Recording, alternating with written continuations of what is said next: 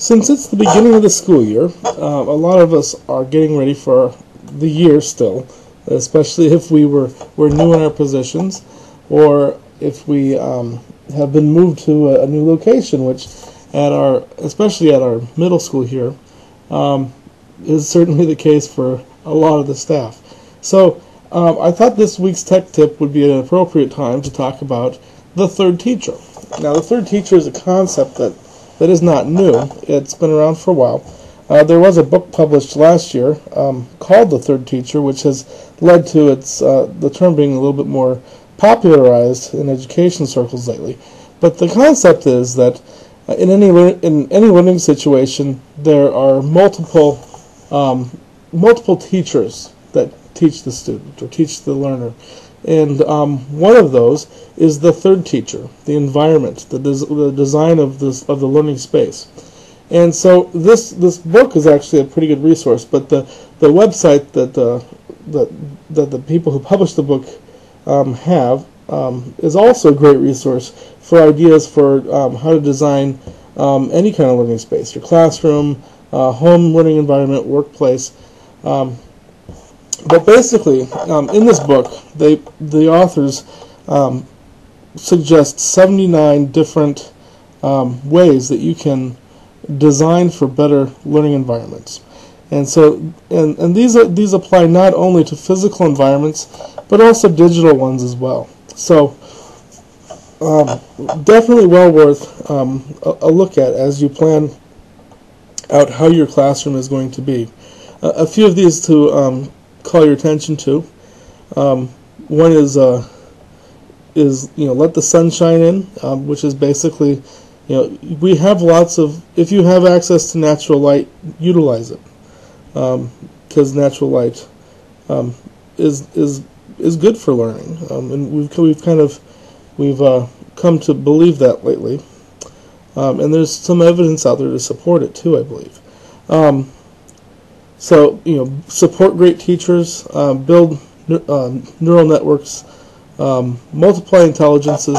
So what they're looking at there is, think about different ways that our students think or interact with the world. The Howard Gardner theory of multiple intelligences. Bring that into the space, and let the space be reflective of that as well. Display learning, absolutely an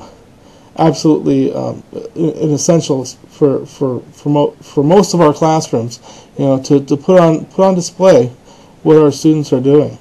Emulate museums is another idea. Certainly one that I found to produce positive results. Form follows function. So obviously, remember, the space has to be useful, not just pretty. Unite the disciplines. This is in our school building here in Crosswinds is really ideal for this.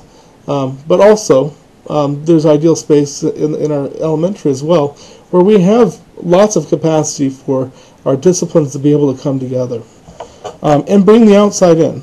So utilize the space outside. Don't only think about the space you have indoors as your learning environment. And this goes on, making the classroom agile. They go on to talk about the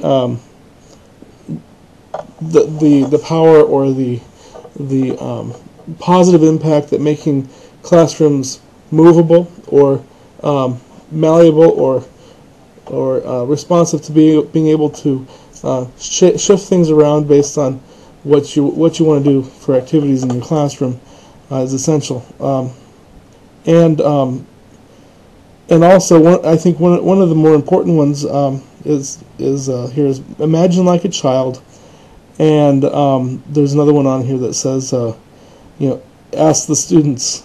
So basically it means let the students help you in designing their own learning spaces.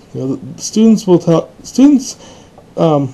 may know in many cases what they need in their environment to learn more than we do, especially if we have students who don't fit the traditional model of learner. So This is a great resource. Also, it's a place. It's a place where people can come and share ideas. It certainly is a document that lives and continues to evolve. So the website that they've created that goes along with the book is well worth a little bit of some of your time as you think about how you're going to design your physical learning environments, but also your digital ones. Our school just started a Facebook page. This is obviously this is new for our school, but this is an example of an online learning environment or a digital learning environment, and so the same principles apply in these spaces as well. Places like Facebook fan pages, wikis you may have set up for your classroom, the school website, and your own teacher spaces. Thinking about design elements as you add or edit your teacher pages will make them more useful. Anyway, so that's a very short lesson this week, live lesson this week about design and the importance to think about the environment, not just the curriculum and the pedagogy.